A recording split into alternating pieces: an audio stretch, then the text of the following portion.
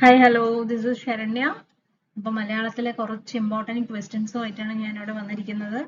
എല്ലാവരും പഠനവും കാര്യങ്ങളൊക്കെ തകൃതിയായി നടന്നുകൊണ്ടിരിക്കുകയായിരിക്കും അല്ലേ? എല്ലാ പോർഷൻസും കാര്യങ്ങളൊക്കെ ഏകദേശമൊക്കെ കവർ ചെയ്ത് കാണും. ക്വസ്റ്റ്യൻസും എല്ലാം റിവിഷനും എല്ലാം അതോടൊപ്പം നടന്നു പോകുന്നുണ്ടാവുമെന്ന് ഞാൻ വിചാരിക്കുന്നു. അപ്പോൾ നമുക്ക് എന്തായാലും കുറച്ച് ഒരു ചെറിയൊരു ഗ്യാപ്പ് ആയില്ലേ വീഡിയോസിന്? ഓക്കെ, കുഴപ്പമില്ല, നമുക്ക് എന്തായാലും അത് കവർ ചെയ്ത് പോകാം കേട്ടോ. അപ്പോൾ ഒരു ഇമ്പോർട്ടൻറ്റ്, അതായത് പ്രീവിയസ് ഇയർ ക്വസ്റ്റ്യൻ പേപ്പർ തന്നെയാണ്. അതിൽ ഇമ്പോർട്ടൻ്റ് ആയിട്ടുള്ള കുറച്ച് ക്വസ്റ്റ്യൻസ് ആണ് ഞാനിതിൽ സെലക്ട് ചെയ്തെടുത്തിരിക്കുന്നത്. ഓക്കെ, ഇത് എന്തായാലും ഇമ്പോർട്ടൻ്റ് ആണ്. അപ്പം നല്ല രീതിയിൽ തന്നെ പഠിച്ചു പോവുക. ഞാൻ എല്ലാ വീഡിയോസിലും പറയുന്നത് പോലെ 2 വട്ടം കേൾക്കണം, എങ്കിൽ മാത്രമാണ് നമുക്കത് ക്വസ്റ്റ്യൻ പേപ്പറിൽ കാണുമ്പോൾ ആൻസർ ചെയ്യാൻ പറ്റുള്ളൂ. ഓക്കെ, അപ്പോൾ തീർച്ചയായിട്ടും എല്ലാവരും 2 വട്ടമെങ്കിലും വീഡിയോസ് കാണാം.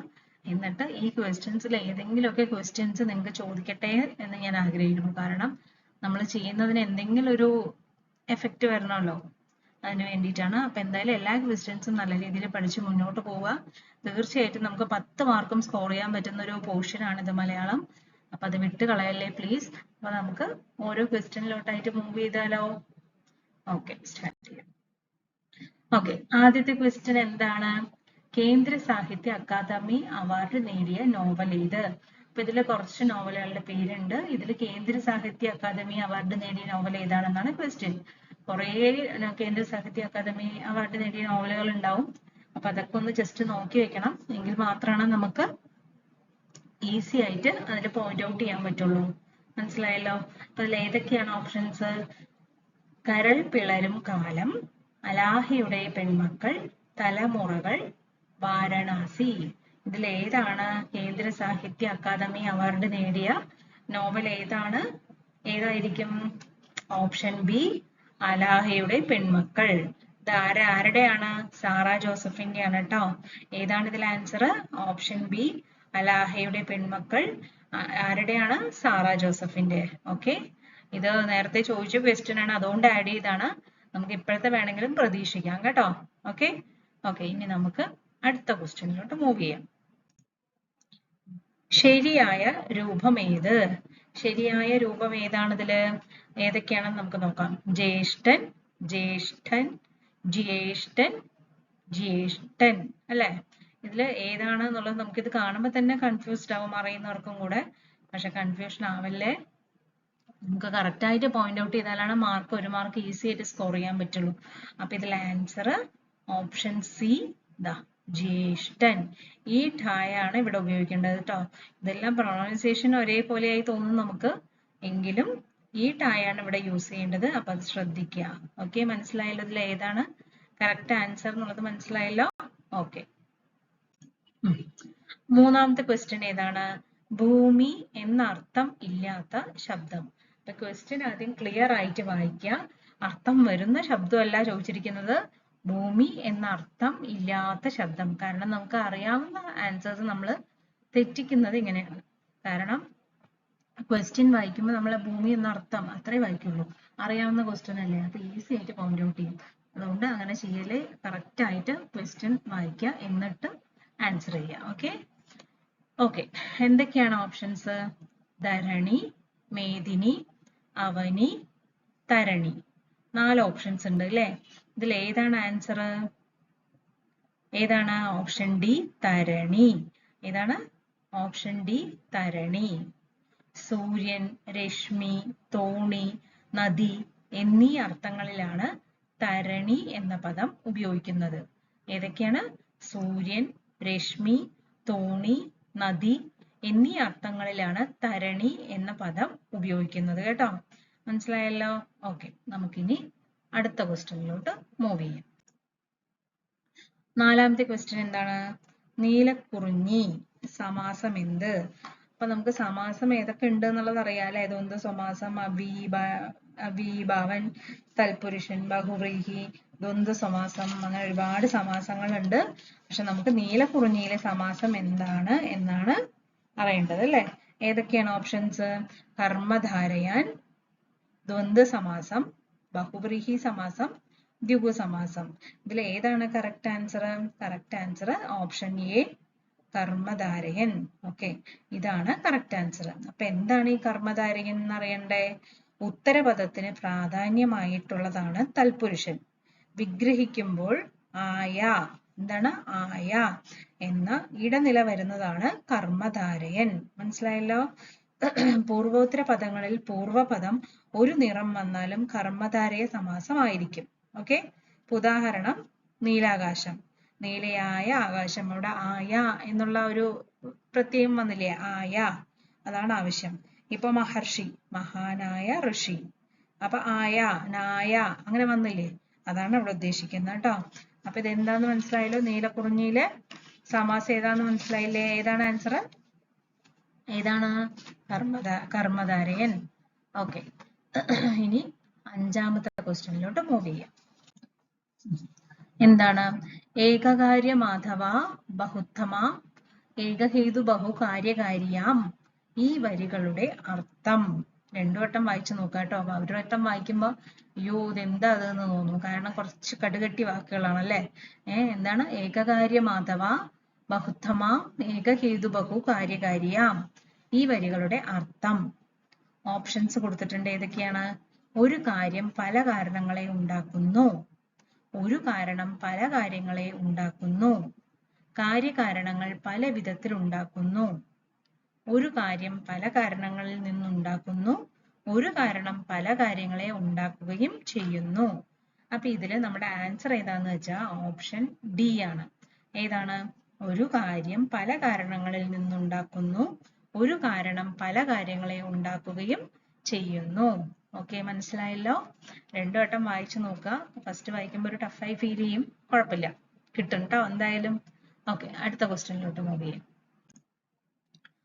ഇനി അടുത്തത് എന്താ? നമ്മുടെ പ്രയോജക ക്രിയ ഏത്? ഇത് ഈസി ആയിട്ടുള്ളതാണല്ലോ. പ്രയോജക ക്രിയ ഏതാണ്? ഓപ്ഷൻസ് വന്നിട്ടുണ്ട്.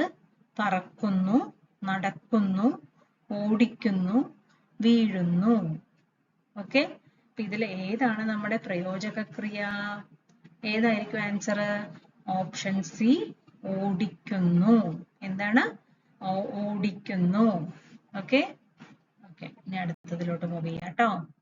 7th question. ഇതും കുറച്ചൊരു കടുകട്ടി വാക്കുകളാണല്ലേ. കവിതാ ശകലത്തിലെ വരികളാണ്. അതൊക്കെ കേൾക്കുമ്പോൾ കുറച്ചൊന്ന് പേടിയാവും. പക്ഷെ രണ്ടു വട്ടം വായിക്കാം, തീർച്ചയായിട്ടും ആൻസർ കിട്ടും കേട്ടോ, ഉറപ്പാണ്. കഞ്ചുബാണൻ തന്റെ പട്ടം കെട്ടിയ രാജ്ഞി പോലൊരു മഞ്ജുളാംഗി ഇരിക്കുന്നു മതിമോഹിനി. പേടിച്ചോ? ഇല്ലല്ലോ. ഓക്കെ, നമുക്കിതിന്റെ ആൻസർ നമുക്ക് ഈസി ആയിട്ട് തന്നെ മനസ്സിലാവും കേട്ടോ. ഒരു പ്രാവശ്യം വായിച്ചു നോക്കുക. അതായത് അലങ്കാരം ഏതാന്നാ ചോദിച്ചിരിക്കുന്നത്. ഈ വരികളിലെ അലങ്കാരം എന്താണ്? കഞ്ചുബാണൻ തന്റെ പട്ടം കെട്ടിയ രാജ്ഞി പോലൊരു മഞ്ജുളാംഗി ഇരിക്കുന്നു മതിമോഹിനി. ഈ വരികളിലെ അലങ്കാരം ഏതാണ്? നമുക്കിവിടെ 4 ഓപ്ഷൻസ് ഉണ്ട്. ഏതൊക്കെയാണ്? ഉപമ, ഉൽപ്രേക്ഷ, രൂപകം, രൂപകാതിശയോക്തി. ഓക്കെ, ഇതിൽ നമ്മുടെ ആൻസർ ഏതാന്ന് വെച്ചാൽ ഓപ്ഷൻ എ, ഉപമ. ഏതാണ്? ഓപ്ഷൻ എ, ഉപമ. ഉപമ ലക്ഷണം എന്താണ്? ഒന്നിനോടൊന്ന് സാദൃശ്യം ചെന്നാൽ ഉപമയാമത്. ഒരു വസ്തുവിനെ മറ്റൊരു വസ്തുവിനോട് സാദൃശ്യം പറയുന്നതാണ് ഉപമ. ഓക്കെ, അതാണ് ഈ ഉപമ എന്ന് പറയുന്നത്. പിന്നെ ഉപമയിലും 4 ഘടകങ്ങളൊക്കെ ഉണ്ട്. അപ്പൊ അതൊന്നും പഠിക്കണ്ട. നമുക്കിപ്പോ ഈ അലങ്കാരം അത്രയ്ക്ക് അങ്ങോട്ട് ചിലപ്പോ, അതായത് നമ്മുടെ കഷ്ടകാലത്തിന് ചോദിച്ചാൽ അതിനു വേണ്ടി മാത്രം ആഡ് ചെയ്താണ്. അത്രയ്ക്ക് അങ്ങോട്ട് ഇപ്പോ ചോദിച്ചു കണ്ടിട്ടില്ല. പക്ഷെ എങ്കിലും മനസ്സിലാക്കി വെക്കുക കേട്ടോ. ഓക്കെ, ഇനി നമുക്ക് അടുത്ത ക്വസ്റ്റ്യനിലോട്ട് മൂവ് ചെയ്യാം. 8ാമത്തെ ക്വസ്റ്റ്യൻ എന്താണ്? To go through fire and water എന്ന പ്രയോഗത്തിന് അർത്ഥം. ഇതിനെന്താണ് അർത്ഥം എന്നാ ചോദിക്കുന്നത് അല്ലേ. എന്തൊക്കെയാ ഓപ്ഷൻസ്? ലക്ഷ്യം നേടാൻ ഏതു പ്രതിബന്ധങ്ങളെയും അപകടങ്ങളെയും നേരിടുക. വെള്ളത്തിലൂടെയും തീയിലൂടെയും സഞ്ചരിക്കുക. വെള്ളം തീയും അണയ്ക്കുക.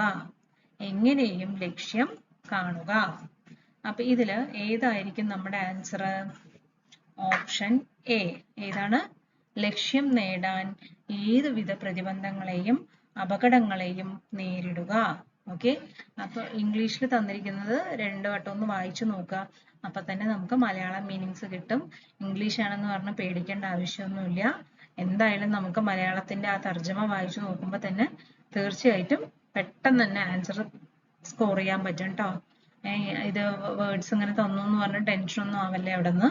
ഓക്കെ, ഇനി നമുക്ക് അടുത്ത ക്വസ്റ്റ്യനിലോട്ട് മൂവ് ചെയ്യാം. 9ാമത്തെ question. They may be called birds of the same feather. തർജ്ജമ ചെയ്യുക. എന്താണ്? They may be called birds of the same feather. എന്തൊക്കെയാണ് ഓപ്ഷൻസ്? ആ പക്ഷികൾക്ക് ഒരേപോലുള്ള തൂവലുകളാണ്. ഒരേപോലുള്ള തൂവലുകൾ ഉള്ളതിനാൽ അവയെ പക്ഷികൾ എന്ന് വിളിക്കാം. അവർ പക്ഷികളായതുകൊണ്ട് ഒരേ മട്ടിലുള്ള തൂവലുകളുണ്ട്. അവരെ ഒരേ തൂവൽ പക്ഷികൾ എന്ന് വിളിക്കാം. ഇതിൽ ഏതായിരിക്കും നമ്മുടെ ആൻസർ? ഓപ്ഷൻ ഡി, അവരെ ഒരേ തൂവൽ പക്ഷികൾ എന്ന് വിളിക്കാം. മനസ്സിലായല്ലോ? ഏതാണ് ആൻസർ? അവരെ ഒരേ തൂവൽ പക്ഷികൾ എന്ന് വിളിക്കാം. ഓക്കെ, 10ാമത്തെ കേട്ടോ, നമ്മുടെ ലാസ്റ്റ് ക്വസ്റ്റ്യൻ ആണ്. ആകെ ഞാൻ 10 ക്വസ്റ്റ്യൻസ് സെലക്ട് ചെയ്തിട്ടുള്ളൂ. അത് 10ഉം പ്രീവിയസ് ഇയർ ക്വസ്റ്റ്യൻസ് ആണ് കേട്ടോ. തീർച്ചയായിട്ടും നമുക്ക് ചോദിക്കാൻ ഒരുപാട് ചാൻസസ് ഉള്ള ക്വസ്റ്റ്യൻസ് ആണ്. ഓക്കെ, നമ്മുടെ ലാസ്റ്റ് ക്വസ്റ്റ്യൻ എന്താണെന്ന് നോക്കാം. സമാനാർത്ഥമുള്ള പഴഞ്ചൊല്ല് ഏത്? തീയില്ലെങ്കിൽ പുകയില്ല. അതായത് സമാനാർത്ഥമുള്ള പഴഞ്ചൊല്ല് ഏത് എന്നാണ്. അതിൽ ഞാൻ ഇംഗ്ലീഷിലുള്ള പഴഞ്ചൊല്ല് വിട്ടുപോയതാണ് ഇവിടെ. ഞാൻ പറഞ്ഞുതരാം കേട്ടോ. ഏതറിയോ? Whether there is smoke there is fire. Okay, ഏതാണ്? Whether there is a smoke there is fire.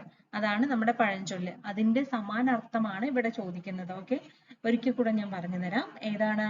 Whether there is a smoke there is fire. എന്താണ്? ഒന്നുകൂടെ പറഞ്ഞുതരാം.